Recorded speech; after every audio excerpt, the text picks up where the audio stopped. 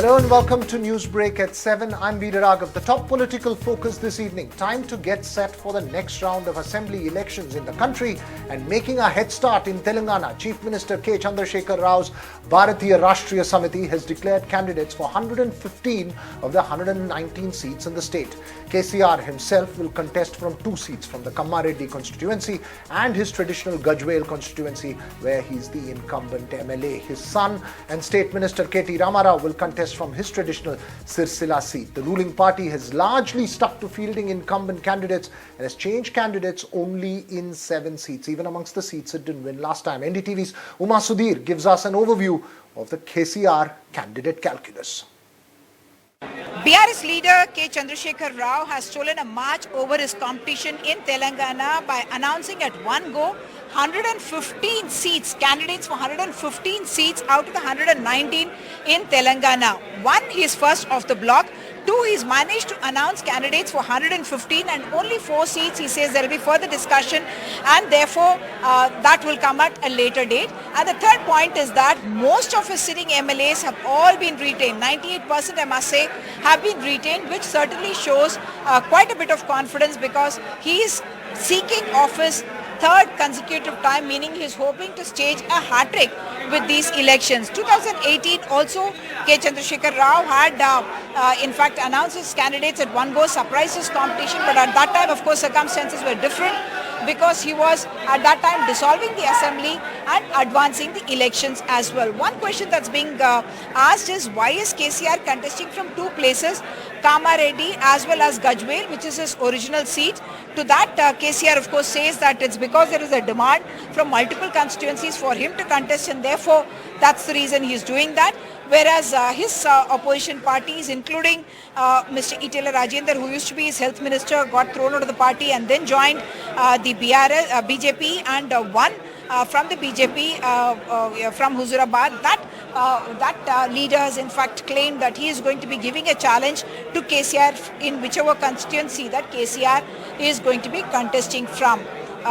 So while KCR in a sense is banking on the policies that he has brought about, social welfare policies, and he likes to talk about the per capita growth of Telangana itself, and his leaders point out that it is largely, while there could be anti-incumbency at the constituency level, what they are banking on is that just like for the BJP, it's a Narendra Modi. For a BRS, they would hope it is a KCR, and the BRS, the template that they have brought about, whether it is for farmers, Dalits, different categories of people, BCs, all those categories separately taken care of with welfare schemes. In Hyderabad, with camera person Nagraju, Uma Sudhir, NDTV. At one go, you are announcing so many candidates, and most of your sitting MLAs you have retained. Yes, we have announced today 156 out of 119 seats as you mentioned, and among the 115, almost all 95% of the sitting MLAs, they got their own seats. For the last many years, Honorable Chief Minister KCR, who is our leader, our party president, he made assurance in our legislature party meetings and our also party meetings that he is going to give seats in the next elections to each and every candidate if he works hard. So KCR is confident winning the elections in toto. So that's how when a correspondent asked about how many seats you are going to win, he said it will be from 95 to 100. So with such confidence, our Honorable Chief Minister announced all the seats. So third consecutive time, when the sitting MLA comes there is bound to be an anti-incumbency, isn't it? Yes, there will be some anti-incumbency against the individuals. But as per our party reading, you see all the schemes which we have announced. We have announced many schemes, the flagship programs of our party. They are implemented in toto across the state. So our Honorable Chief Minister and our party leader K. Chandrasekhar Rao, KCR, is confident that in spite of having some anti-incumbency to some individuals in their respective assembly segments, yes, our party glamour and the schemes which we have implemented, definitely it will give results in winning. Well, KCR and BRS have drawn the sword for Telangana in that battle that will play out later this year. But from politics now to cinema. Oh my God, seems to be the reaction to the censor board's decision on Akshay Kumar's starer Oh My God 2. One of the actors in the film, 16-year-old Arush Verma, can't watch the super hit movie in theatres because it's rated A and he's underage. But that's only one part of the problem, right? The larger question is the movie's essential theme is sex education and making teenagers and adolescents more aware. Rating it as an adult film instead of a UA seems to be defeating that purpose and raising questions over whether it is perpetuating stereotypes and not talking to teenagers about those very things that we really need to be talking to them about. Joining us now is Arush Verma, who has started an online petition, along with him his mother Shruti Verma and the director of OMG2, Amit Rai. Thanks all three of you for joining us. But first to you, Arush, you must be mighty disappointed, not just in that adult certification, but the entire approach that adults like in the rest of the society have towards a film of this nature on the topic of substance. Yes, I was very disappointed because from the very moment that I got this film, I understood that it not only is meant to entertain and instruct, but it also highlights a very important social issue. And I was sure that this film is going to do very well when it's released. And the moment I got news that the film isn't given an A certificate, I was upset because not allowing the target audience of the film to watch the movie kind of defeats the point of making a movie itself. And it was also kind of frustrating to realize that I couldn't watch my own film. So yes, I was disappointed. Yeah, you couldn't watch your own film, but I think there's a larger question, right? You could have sneaked in to watch that movie, but the point that you're making with your online petition is just making a larger issue, saying that, look, this is something that we should be watching, we should be talking about, not something that should be seen as taboo and keeping the teenagers away. It beats the purpose. Yes, I could have perfectly sneaked into the theaters and just watched the movie, and I don't think anybody would have been able to stop me or anyone my age from getting it. But that's not the message that I want to give out. I don't want to say to prove yourself right, you do something that's unethical or illegal. Instead, if you have a problem with a decision that you think is rash, you should work towards changing it, not towards disrespecting the system that went into making that decision. That's why I made the petition, so that if people who want to watch the movie who are under the age of 18, they can watch it fairly and ethically instead of illegally. Right, you should be praying to all the gods that your petition gets answered by the censor boards. But tell me, amongst your teenage friends, before I get to your mom and the director, amongst your teenage friends, has this movie created a buzz? Are they talking to you about it? Obviously, most of you will eventually catch these movies on an OTT platform. But at the moment, in terms of the conversation that this movie sparks off, give us a sense of what the conversations with your friends are about this. Well, firstly, they are all praising me. They're saying that, we see you every day and we know you to be a cheerful, humorous child. So we didn't expect you to play such a complicated, intricate role. But after that, many of my friends have told me that the movie was an eye-opener for them and their friends. Because unlike me, there are many people who I know whose parents are not as open as mine are. Even now, they run from the topic of sex. Their daughter gets periods, they don't tell the son what periods are. Things like that. Their relatives get pregnant, the kid has no idea what a pregnancy is. So this film was an eye-opener to a lot of people's parents that sometimes being open is the best way to help see certain content. And my friends also learned that they should not trust everything on the internet. Because my generation, me as well, we have spent probably 60% of our lives on the internet. And it's easy to get misguided or misinformed. And this film has taught us a lot because of how many important things it addresses. Okay. So, yeah. Right. Shruti, it's also a large issue for parents as well, right? The movie sends across the message of having to spark off a conversation with your children. And that's really the message you're sending across by supporting this petition.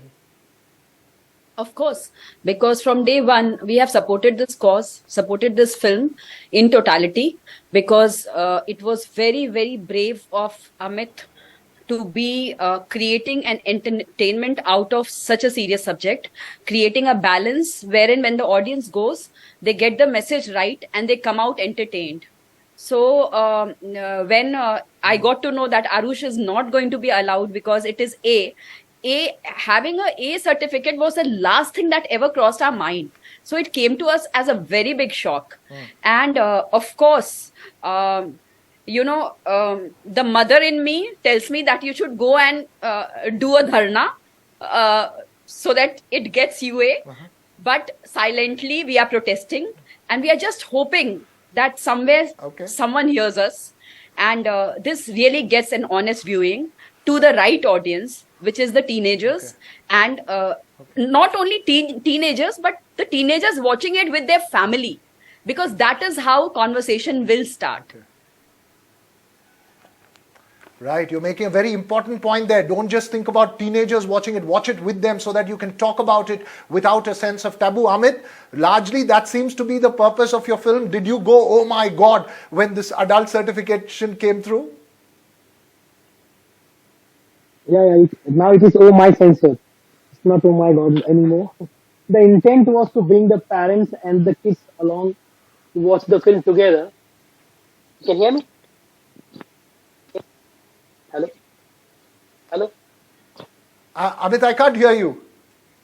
Hello, you can hear me? Yeah, you go ahead. Your audio is a little feeble, but you go ahead. Okay. Now the intent was to bring the parents and the kids along to watch the film together so that they can start the conversation together. They can have a conversation. What the intent was to bring them together. But the purpose is now defeated since we got an A certificate. And as he rightly said, he is in the film. He has acted in the film. He knows every scene in and out, but he can't see his own film. Yeah, it strangely reflects the hypocrisy in our society, right, Amit? Yeah, but now on the other hand, let us not blame the society, because society has taken the film in their lap, and they are praising the film. They are writing about the film on the Facebook wall. The YouTuber, influencer, critics, everybody is talking about the film, and they are raising the pertinent question that why they have given the A certificate. It's the censor who is to be held responsible, because they have given the certificate. I won't say it's a moral policing, but the way they have reacted, so they have decided that this film should not be seen by a teenager or adolescent. And I don't understand. They have taken this decision on behalf of every individual who is in India, or for that matter, teenager or adolescent in India. I fail to understand why they have not consulted anybody or a very sensible mind that whether this film really deserves a certificate or not. And now, after everybody commits mistake, it's human, it's very human. But now, after this grave mistake, and they came to know through various channels, students, YouTubers, bloggers, audience, critics, everybody is singing the same song, that why they have given the A certificate. Still, there is no answer from their side. Right. So I am just waiting. Right. You're saying there needs to be a review. You're saying there needs to be a review of this decision as quickly as possible so that the purpose of the movie doesn't get hit. But tell me, Arush, you've worked with Akshay Kumar now. It must have been an extraordinary experience. After all this, what would be the most difficult topic for you to approach with an adult, as far as something, your generation finds very difficult to approach with an adult, with your mom? Well, when a topic or like sex education comes by, when a topic like sex education is in the conversation, there was no hesitancy in me. I was always very open with my parents, so I could always talk about things that I was curious about. But if you were to ask me a topic that I would be skeptical about asking my parents, I can't think of anything. It's just my parents and I share a very close relationship, and we've always been very open. But uh, I would say So, uh, education-wise, because uh, no, I can't say. I've never had any topic. My parents with never your left mom? any room for me. No, my parents just never left any room for, hesitating in me. It was always, if you have any curiosity, any doubt, anything whatsoever, you are open to ask us. We understand if you make mistakes, and we'll help Okay. you, fix those Okay. mistakes. So that's what I've learned since I've Well, been raised. I'm the parent of a 17-year-old myself. What's your advice to parents? My advice to parents, my advice to parents or my mom's advice to parents? Your advice to parents. What do you think parents should learn to do? Not to your parents, to parents in general. Oh, well, my advice to parents would be just sometimes sometimes your kids need your attention the most.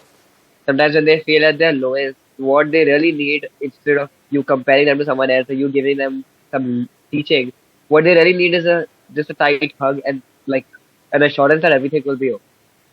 And even when the thing about my character in Oh My God 2 was the whole world was against him and only his family stood by him, which gave him the strength to fight. And that's in one way that I think me and Vivek are alive. And that is, even if the whole world was against me, my parents would and my sister would stand by my side.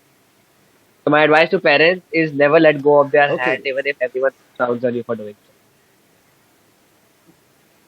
Oh, that's a very important advice that you're giving all of us here. Arush, Shruti, last words as a mom as well as Amit. We're running completely out of time. Quick thoughts finally on what we need to do to break some hypocrisies and taboo in our generation and in the society in general. I did not get your question. Let's start. No, quickly, Let's start. what do you Start think talking we openly should about do it. first to break taboos and hypocrisies in our society? I think we should be very honest to ourselves first, most importantly, because I think individually, anybody and everybody from the censor board, I'm sure if I pick up the phone and talk to them, they would be feeling the same that I feel. It's just that over a period of time, if they've realized that what has happened shouldn't have happened, I think the censor board should have come back and said that, okay, now that the audience wants it, I think we've made a mistake. We should review and bring it open. Okay. Let the parents decide. Let every individual, as Amit said, that who is going to decide? I will just give you a small example. My son was in standard 5th when he came back to me and he told me, can I use your laptop? I want to know the meaning of porn. He was in 5th standard. And I was so scared as a parent that even if I don't let him use my laptop right now, in my absence, he is going to type porn. And what is going to come out is scary. So I made him sit and I opened my laptop. I typed porn and I said, this is what you're seeing. Do you want to see this, Arush? And he said, no. So it is the parents it is the child, it is the parent who will decide what the child has to be shown and how. No one else. A very important message there from you, Shruti, as well as Arush on parenting, just going far beyond cinema. We run completely out of time, but Amit, I hope the purpose of your movie convinces the censors perhaps to review their decision on this. Obviously, it's a conversation we need to have all in our homes, whether we're watching the movie or not. Thanks so much to all three of you for joining and sharing your thoughts on that movie and the issues, larger social issues that it sparks off. But from cinema now to the push for digital public infrastructure, or DPI, a set of secure digital systems which are interoperable and form the foundation for a digital economy. The push for DPI has been considered a cornerstone of India's leadership of the G20. Last week, after a meeting of G20 ministers on digital economy, India's IT minister Ashwini Vaishnav announced that an absolute consensus, quote unquote, was reached on the concept of the DPI and other issues. Prime Minister Modi had also underlined the importance of DPI as well. The United Nations Development Programme, UNDP, has been a knowledge partner in these conversations, and Robert Opp, Chief Digital Officer of the UNDP, who was part of all these negotiations, he joins us from New York. Thank you so much, Robert, for joining us. While we say a consensus has been reached over the need for DPI and an agreement on the description of it, there are still key issues that need to be addressed. What, according to you, are the key challenges, knowledge gaps that need to be addressed and we need to overcome? All right. Well, thank you very much for having me on. And just before I jump to that, I do want to just note the significance of the consensus here, because this is really the first time that such a high-profile group of countries has come to a kind of common alignment around what is actually digital public infrastructure. So let's not underestimate the value of that. But to answer your question about what are the challenges, of course, we have many challenges that are still ahead in terms of how we pull this field of digital public infrastructure thinking and approach together. And one of it is just making sure that countries have a basic idea of what the approach can be. Although a lot of people are aware of the work that India and other countries have done to pioneer digital public infrastructure, just getting the connections of understanding and the basic approach down is not something that we can take for granted and that countries can easily find out. So an information gap around that. And then, of course, it's always important for us, part of the concept around digital public infrastructure is to make sure that technology is aligned with what people need in terms of the right governance setup, the right institutions that can support it, the right approach so that digital public infrastructure stays people-centered, it is able to really bring people in, so digital inclusion, and really work toward a prosperous society and economy. Well, this whole push, Robert, has been an essential part of India's G20 leadership. What are the key lessons from a global standpoint from the India experience? So I think you're right. And I just want to kind of pause there and say what India's presidency has done in terms of leading this discussion is really to elevate this to a global stage and say, this is something that's worked for us as an approach, and how might we bring in others and work on this together? And so one of the kinds of things that we need to look at is really what are the hard-won lessons learned out of countries like India and others that have really pioneered these approaches. And what we sort of are working toward is understanding what are the key steps that need to be done here. And one of them is really being clear from the beginning what it is that you're trying to achieve. So kind of looking at where's the outlook of where we need to go. The other one is really understanding properly how to build the right technology layers, or not even build necessarily. We're at a point now where countries are able to share their technology approaches when they're open sourced and things like that. So where might I kind of gather the pieces of my digital public infrastructure? And then really importantly, how do I build the institutions around it to make sure that it's really properly implemented with the right protections and laws and so on? Well, very interesting. One of the key aspects are some of the publications that the UNDP has come up with for filling knowledge gaps, right?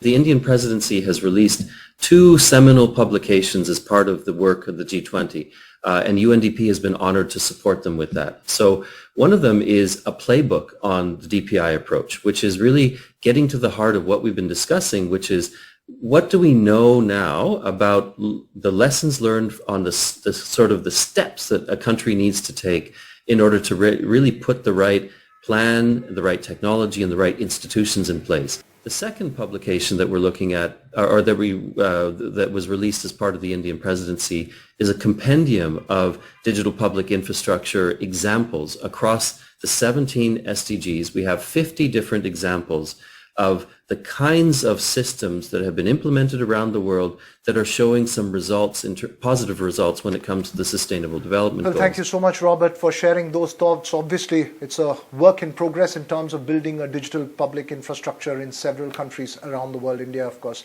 leading that G20 conversation on. That's all we have time for on the show. The news continues here on NDTV.